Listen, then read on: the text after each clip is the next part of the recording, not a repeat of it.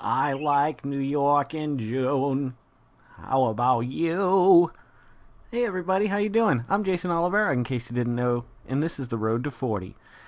This is my nightly vlog of me talking about whatever's on my mind. I've got 3 whatever's what's on my mind tonight.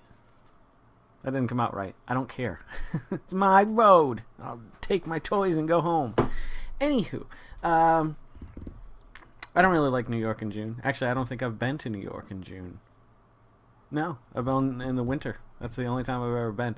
I do love autumn in the White Mountains in New Hampshire, in New England. This time of year, it's just, it's like a second heaven. Like the first heaven would be able to just create my own little world and live in it. But New Hampshire in the fall, when the leaves have turned, usually about the second week in October. Oh, it's just unbelievable. It's really beautiful. So that got me to thinking about these trees and mountains, and I got thinking about deforestation, and I got thinking about ebooks. Now, I've worked with books my whole life. I've told you this before. I've made books, I've written books, I've illustrated books, I've sold books, I've packaged books, I've repaired books, and I've assembled books. I've done it all, my friends. When it comes to books, I know my books. I love books. I collect books. I have a shit ton of books. More books than anyone should need. That's not that many. Maybe 1,000 books. No. Maybe 400 books. I've whittled down a lot through the years. Like Stephen King's, for example. I used to have every Stephen King hardcover that I got at a yard sale with on a crazy deal. Not every one of them, but almost every one. And so I started thinking about that, and I'm like, that's a lot of paper. Like, I could put all that paper onto one ebook and still have room for ass loads more. I mean, you can just buy SD cards. Memory is so cheap nowadays. You kids don't know what it's like to go out and buy a 210 megabyte hard drive. You don't. Storage is insanely cheap now. It's such a crazy deal. And so it's so easy to have all your books on ebooks. And certainly, I love books. There's nothing like holding a book, the smell of an old book, the way it just sits in your hand. I don't know. I just like books. However, I think I've finally come to that one. Look at this. I'm assuming this is from one of my kids and not my wife. But you never know. Poop. It's lovely. We're going to say lovely. But a lot of people in my work would really not like me probably saying this, but ebooks make sense for the sustainability of our planet. If we stop printing anything on paper, which I mean, why would you? Digital is forever, to a certain degree. I mean, unless every hard drive in the world that your information was backed up on blew up. Like, we're at a point now where, like, digital's gonna last a lot longer than paper. Like, paper does get old and it does deteriorate, and if it gets wet, you're screwed. You know what I mean? But just for the sake of our trees, the giving tree, our trees just keep on giving and giving, and we keep on taking and taking, and someday all we're gonna have left is a little old stump to sit on. It'll be sad. Things have got to change, and I think that's one of them. I hate to admit it, because I work in a bookstore, and if they stop printing books, we'd probably go out of business. Well, we'd still have a business, but we'd lose a huge chunk of our sales. So, I mean, you got to find different ways to market yourself too. I think that's the evolution of small business, is finding a new way, new things that you can offer.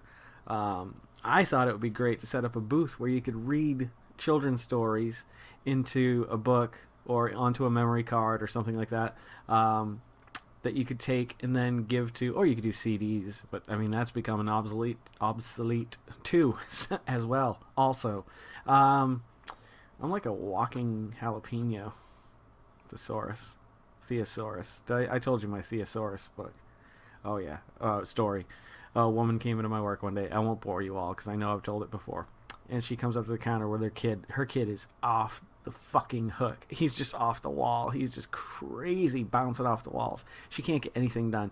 But she still doesn't care. It's not like she's just like, Johnny, get over here and you stand here right now or we're going home. It was just like, oh, Johnny, don't go so fast. Yeah. Hey, so I'm looking for the thesauruses. Yes, that's what she said. So I said, oh, the thesauruses? Like, I thought she was looking for a dinosaur book at first. I really did. No, the thesauruses.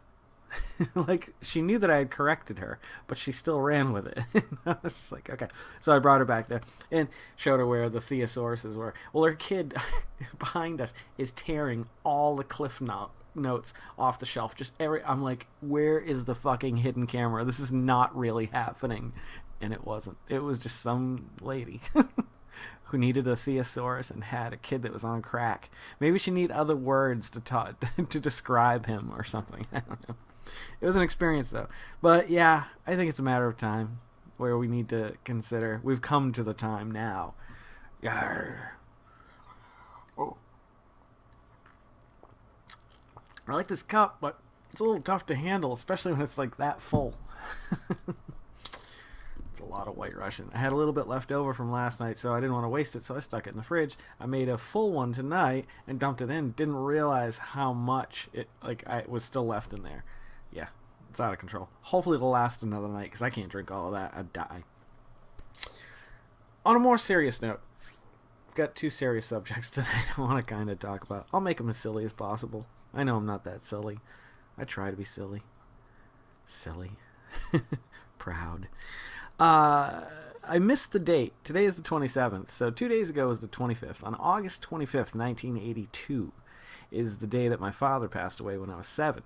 And I usually try to make, a specific mental note on that morning, just, to remind myself. Just, I don't know. I don't know if it's supposed to do anything for me to remember. I mean, do I even really need to remember? Should I just forget that date? I mean, it helped mold me into the person that I was today. So, I mean, it's a big event in my life. And it's not like a birthday, but I just feel like there was a shift, a change in my life that day. Obviously, in the family and mentally and emotionally, whatever. But yeah, I just wanted to bring that up because it's been 32 years. It's crazy. Sad when parents die young and children don't get to know their parents, because I'll never know unless I try to hunt down my brother-in-laws. I have 2 brother-in-laws and a sister-in-law out there somewhere. I think they're out in Nevada. That's all I know. But if I didn't hunt them down and ask them more about him, I'll never know. I only know as much as my mother knows. Isn't that kind of sad? Maybe I should do something about it. I don't know. Finally, I've come back to the internet. Yes, I know. A book came in as a special order for the owner of the store, Danny. And I was looking at the cover. I honestly can't even remember the title or the author right now, or I would point it out to you. It's not that important. Needless to say, it's basically about how Darwin's theory of evolution leaves out conscious, and I added this in, morality. I think those two go hand in hand. Conscious it would be knowing that something's wrong, and morality would be the decision, I believe, on which you make based on that situation. So, does conscious and morality disprove evolution or prove God? Or does it do neither? Is there a whole other element that I'm not, aware of? You know what I mean? We have something inside us that when we... I'm trying to think of a good example. Like a kid who sees a bowl of candy at Halloween. Left out because the people have gone to bed. And it says, take one please, or whatever. Happy Halloween. Now, there are some kids that they look at the bowl and they know I take one. And because that's what I'm supposed to do. That's the rule here. And there are other kids that, their parents are out on the street texting on their phones and they're just, dumping it in their bag. Now, the next kid comes along and gets nothing. Sounds like Republicans and Democrats. And I'm not saying which side is which side, but you may know. So, is it something we're taught? conscious? I don't think so. It seems to me that like even stories I've heard of people who have lived off on their own or whatever, or well, here's a good example. Disproving what I was just about to say. There's been known cases of people who have been raised by wolves. I mean, it's not common. I've heard about it happening like once or twice in my life, but it happens. They grow up feral and wild, and they bite at people when, you know, these people come to approach this person and stuff like that. Do they have a conscious, or is their conscious more in tune with the wilds of life? You know what I mean? Like no, I don't want to say wild animals. Like I want to say like animals. Like, because animals are animals. They should all be wild. I mean, there's nothing wrong with being a wild animal if you're in the wild. Now, if you're in my bathroom, then we're going to have a problem. But where does conscious come from? I have a hard time with that word. I don't like it. So from this point on, we're going to call it Blubbelschnerf. No, I don't know. It's obviously there's no answer. There's no answer to this that I'm going to come up with within the next 3 or 4 minutes. It really makes you think. I think, because it's so easy. I mean, when did we establish? All right, let's say there is no higher power. When did we determine that we shouldn't do things, and what caused us to do that? Is it just another organ in us, or part of our brain, or part of our heart that controls that control? You know what I mean? Or not? Is it a higher power that instilled a goodness in all of us, or a knowledge of goodness at least? The ability to determine good from evil, or good from bad, however you want to say it. I don't know. It really made me think tonight, though, and it's probably going to make me think a lot. Hopefully it'll... Excuse me. Have you seen these things you can buy? They're like the sleep masks, but they have LEDs built into them, and you're supposed to be able to wear this and control your dreams. Now, I know it sounds crazy, but this thing raised over $500,000 on Kickstarter, and you can buy them now. Like, if you go out, do a search for it if you want to, and you can buy them. They're probably like $100 or $200, probably crazy. However, like, wouldn't it be cool if it worked? And who's to say it doesn't? I've never tried one. Have you? We should. We should rent one. Don't know. But yeah, you know, it's true. Like, well, I mean, I guess a spiritual belief could lead you down the road of conscious and morality. Oh, Florbelschnerb, sorry. Whereas I don't know. This is a tough one. I'm going to have to think about this one. We may have to make this a two-parter, because my mind is like just trying to race ahead of itself to think about how I feel about the situation. Like I'm putting situations in my head. Conscious and morality. I guess we learn a lot of that of morality. I mean, it is the choice, I think.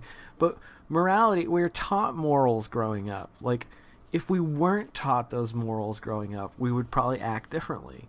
I mean, structurally, the whole family is such a funny thing, because you have a mother, a father, normally a mother, a father, and at least one kid.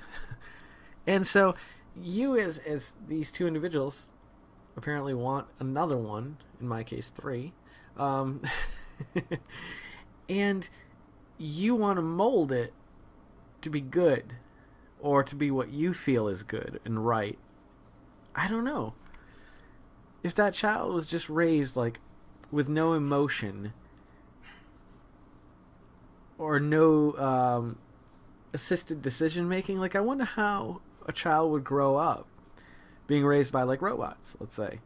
Just complete robots. No emotion, no judgment, just feed the kid, change the kid, get the kid what it needs, get it to school.